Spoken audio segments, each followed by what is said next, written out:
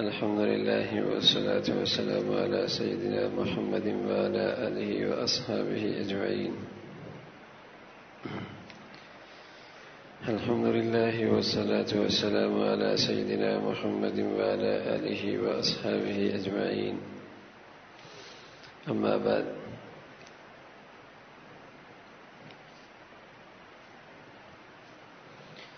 عن جابر أن النبي صلى الله عليه وسلم قال: ما من امرئ مسلم يخذل امرأ مسلما في موضع ينتهك فيه حرمته وينتقص فيه من عزمه إلا خذله الله تعالى في موضع يحب فيه نصرته.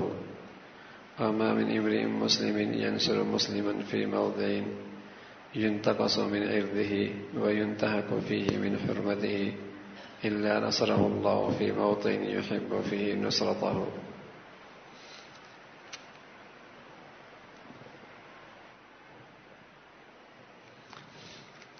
یہ بات چل رہی تھی اسلامی برادری کا آپس میں برتاؤ.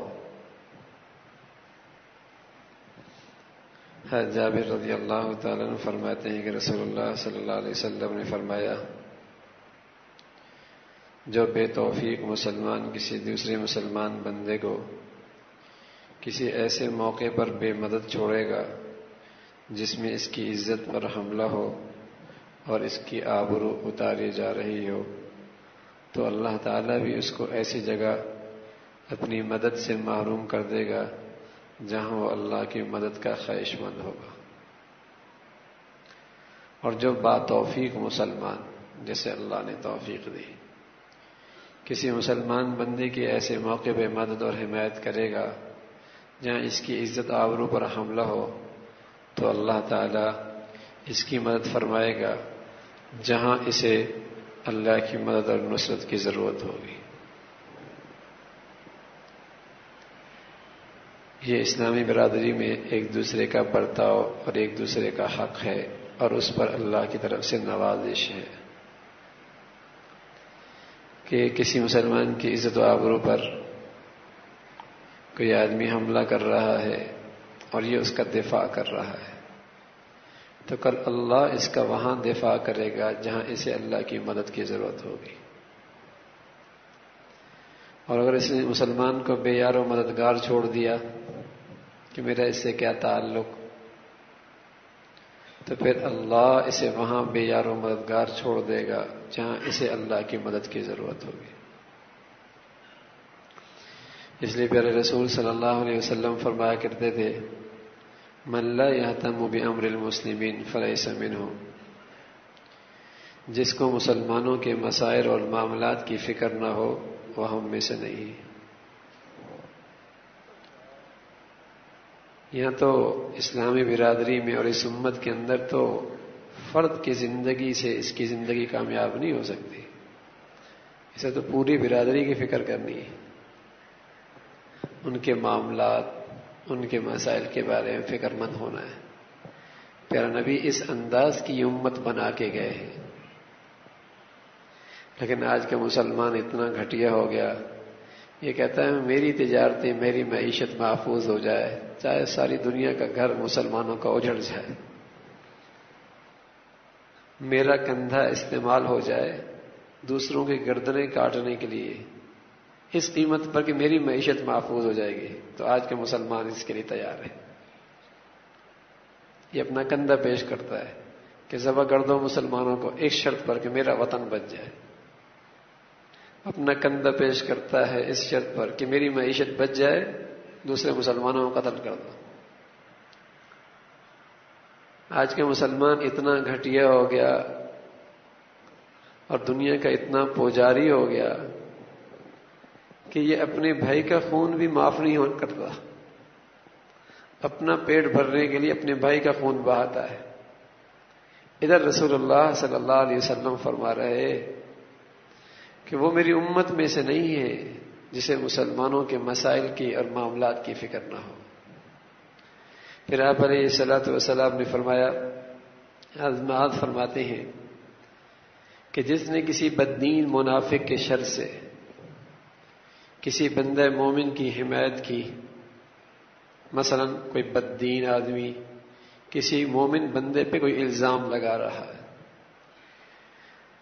اور اس تو باتوفیق مسلمان نے اس کی مدافعت کی کہ ایسا نہیں، تو اللہ تعالیٰ قیامت میں ایک فرشتہ مقرر فرما دے گا جو اس کے گوشت کو آتش دوزخ سے بچا لے گا، کیونکہ اس نے ایک منافق کی مقابلے میں اس مومن کی مدد کی تھی اور اس کی حمایت کی۔ اور فرمایا جس کسی نے کسی مسلمان کو بدنام کرنے اور گرانے کے لیے الزام لگایا تو اللہ تعالیٰ اس کو جہنم کے پل پہ قید کر دے گا، اور اس وقت تک کے لیے کہ وہ اپنے الزام کی گندگی سے پاک صاف ہو جائے۔ کسی بندہ مومن کو بدنام اور رسوا کرنے کے لیے اس پر الزام لگانا اور اس کے خلاف پروپیگنڈا کرنا ایسا سنگین اور اتنا سخت گناہ ہے کہ کل قیامت میں یہ مسلمان جہنم کے پل پہ روک دیا جائے گا، اور اس وقت تک آگ کے اندر جلتا رہے گا جب تک کہ اس کے اوپر سے گناہ کی یہ گندگی ختم نہ ہو جائے۔ جس طرح آگ کے اندر سونے کو ڈال دیا جاتا ہے اور اس کا کھوٹ الگ ہو جاتا ہے، پھر صاف ہوتا ہے، تو پھر اسی طرح جس شخص نے مسلمان کے خلاف پروپیگنڈا کیا اور کسی مسلمان کو بدنام کرنے کے لیے اس پہ الزام لگایا، اس مسلمان کے ساتھ ایسے ہی ہوگا۔ اور آج یہ تو مزاج بن چکا ہے، خاندانوں میں، گھروں میں جھوٹے الزامات، بلکہ عوام تو عوام، خواص کے اندر بھی بیماری رائج ہے کہ جھوٹا الزام لگا کر اسے بدنام کرنا، لوگوں کی نظروں سے اسے گرانا، یہ مزاج بن چکا ہے۔ لیکن حضور علیہ الصلوۃ والسلام نے اس کی سزا بڑی سنگین بتائی ہے۔ پھر آپ علیہ الصلوۃ والسلام نے فرمایا کہ آپ فرمایا کرتے جب کوئی مسلمان اپنے کسی مسلمان بھائی کے آبرو پر ہونے والے حملے کا جواب دے اور اس کی طرف سے دفاع کرے تو اللہ تعالیٰ کے ذمے ہے کل قیامت میں سے جہنم کی آگ سے بچائے گا۔ پھر بطور سند کے آپ نے یہ آیت پڑھی، وَكَانَ حَقًّا عَلَيْنَا نَصْرُ الْمُؤْمِنِينَ، اللہ کہتا ہم پہ لازم ہے کہ ہم ایمان والوں کی مدد کریں۔ یہ کب؟ جب یہ اسلامیت کی بنیاد پر اسلامی برادری کے رشتے کے اس ناطے کی وجہ سے اپنے مسلمان کا دفاع کر، یہ مسلمان ہے، اس برادری کے ناطے پر، اس اسلامیت کے رشتے کی بنیاد پر اپنے مسلمان کا دفاع کرنا۔ حضور علیہ الصلوۃ والسلام نے فرمایا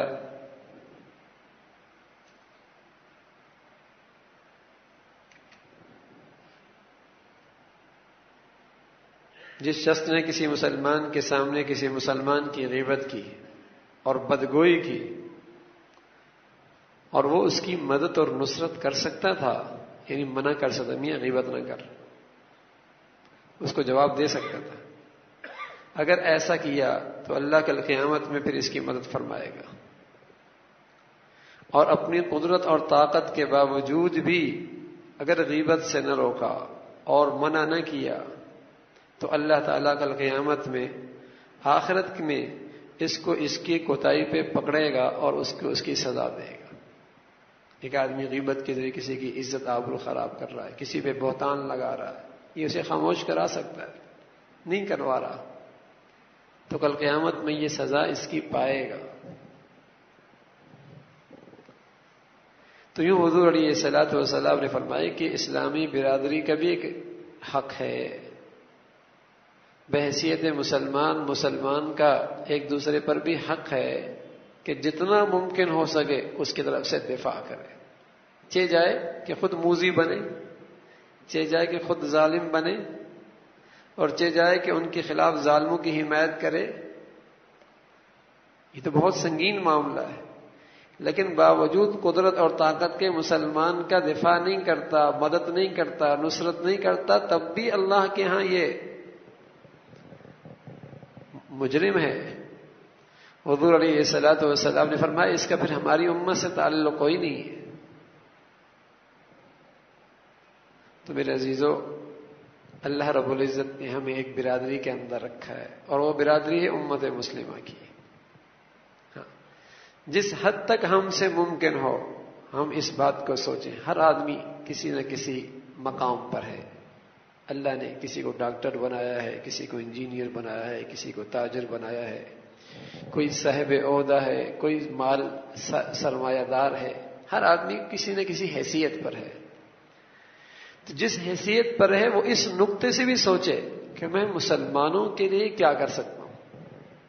یہ سوچ تو ہے کہ میں اپنے پیٹ کے لیے کیا کر سکتا ہوں, اپنی زندگی کے لیے کیا کر سکتا ہوں, لیکن کبھی اس زاویے سے بھی سوچے کہ میں مسلمانوں کے لیے کیا کر سکتا ہوں, میں امت مسلمہ کے لیے کیا کر سکتا ہوں. اس زاویے سے سوچے, اور انشاءاللہ اگر سوچے گا تو جس منصب پر ہے, جس حیثیت میں ہے, اللہ اس کے لیے راستے کھولے گا. پھر یہ ڈاکٹر بعد میں ہوگا, پہلے مسلمان ہوگا. انجینئر بعد میں ہوگا, مسلمان پہلے ہوگا. یہ تاجر بعد میں ہوگا, مسلمان پہلے ہوگا. ہاں, یہ سائنسدان اور سیاستدان بعد میں ہوگا, مسلمان پہلے ہوگا. لیکن آج یہ ساری نسبتیں تو زندہ ہیں کہ میں تاجر ہوں, میں نے تو کمانا ہے, چاہے وہ میں کھوٹ ہی کیوں نہ ملاؤں, چاہے وہ زہر دے کر ہی زہر کے نام پر غذا کیوں نہ بناؤں, اور دواؤں کے نام پر زہر کیوں نہ کھلا دوں. کیونکہ وہ سوچتا ہے کاروباری لحاظ سے, تجارتی لحاظ, یہ نہیں سوچتا کہ میں مسلمان ہوں, میں مسلمان ہوں. یہ سوچ رخصت ہو گئی. اس لیے جب وہ رشوت لیتا ہوتا تو میں تو کاروباری ہوں, میں تو لینا ہے, ورنہ گزارا کیسے ہوگا میرا. اگر وہ سوچے کہ میں مسلمان ہوں تو اس کا انداز ہی کچھ اور ہوگا. تو ہر آدمی زندگی کی کسی حیثیت پر ہے, اللہ نے اسے بھی مقام دیا ہے. تو وہاں یہ سوچے کہ میں مسلمان ہوں اور میں مسلمانوں کی کیا خیر خواہی کر سکتا ہوں, کیا خیر خواہی کر سکتا ہوں. تو یہ حق ہے اسلامی برادری کا, یہ حق ہے اسلامیت کا, یہ حق ہے اس سونے کی کڑی کے ساتھ جو اللہ نے ہمیں جوڑ دیا ہے کہ یہ سب مسلمان ہیں. یہ حق ہے اس کا کہ ہم اس سوچ کو بھی بیدار کریں. بدقسمتی سے یہ سوچ تو ہماری تعلیمی اداروں میں بیدار ہونی چاہیے تھی, ہماری دانشگاہوں میں بیدار ہونی چاہیے تھی, ہمارے ذرائع ابلاغ میں یہ سوچ بیدار کرنے کا ان کی ذمہ داری تھی. یہ سوچ بیدار کرتے تھے کہ ہم مسلمان ہیں. وطن بعد میں, زبان بعد میں, علاقہ بعد میں, اپنے مفادات بعد میں, مسلمان پہلے. یہ سوچ تھی. اور پیارا نبی اپنی امت کو اس سوچ پہ کھڑا کر کے گیا تھا, اس سوچ پہ کھڑا کر گیا تھا. اگر اپنے اپنی کی بات ہوتی تو کیا ضرورت تھی مہاجرین کو انصار کی یوں منصار کو مہاجرین کی یوں مدد کرنے کی, کہ زمین و آسمان بھی حیران ہے کہ یہ کیسے عجیب انسان ہے. کہنے لگے دکان ہماری لے لیں, یہ زمین ہماری آدھی لے لیں. اور بعض تو اس درجے تک حضور کی خدمت میں آئے کہ یا رسول اللہ یہ اجنبی لوگ ہیں بیچارے, گھر بار چھوڑ کے آئے, خاندان چھوڑ کے آئے, یا انہیں کون جانتا ہوگا, ان کے رشتے کیسے ہوں گے. میری 2 بیویاں ہیں, ایک کو طلاق دے دیتا ہوں, آپ کہیں تو اس کا رشتہ اس کے ساتھ ہو جائے. کوئی ایسی مثال ملتی ہے اسلامی اخوت کی؟ ایسی اس حد تک ان کی مدد اور نصرت, اور ان کے ساتھ کیا رشتہ تھا. وہ مہاجر تھے, ان کی ثقافت اور قسم کی تھی, ان کا رنگ اور قسم کا تھا, ان کے قبیلے اور قسم اور تھے, لیکن لا الہ الا اللہ محمد الرسول اللہ یہ رشتہ سب سے بڑھیا رشتہ. زمینیں تو دیں, کاروبار میں حصہ دار بنایا, اس حد تک بھی کہ اللہ کے رسول اگر آپ چاہیں تو میں اس کے لیے بھی تیار ہوں. وہ بھی مسلمان تھے, زیادہ سے زیادہ وہ اپنے آپ کو مسلمان ہی کہتے تھے, اور آج ہم بھی اپنے آپ کو مسلمان ہی کہتے ہیں. لیکن کتنا فرق ہے ان کے اسلامیت میں اور ہماری اسلامیت میں, کتنا فرق ہے. اللہ رب العزت بھائی ہمیں اس رشتے کی اور اس ناطے کے حقوق ادا کرنے کے توفیق نصیب فرما دے. اللهم لك الحمد كله ولك الشكر كله, اللهم لك الحمد كله ولك الشكر كله, اللهم إنا على ذكرك وشكرك وحسن عبادتك, اللهم إنا على ذكرك وشكرك وحسن عبادتك. نستغفر الله نستغفر الله. سبحان ربك رب العزة عما يصفون وسلام على المرسلين والحمد لله.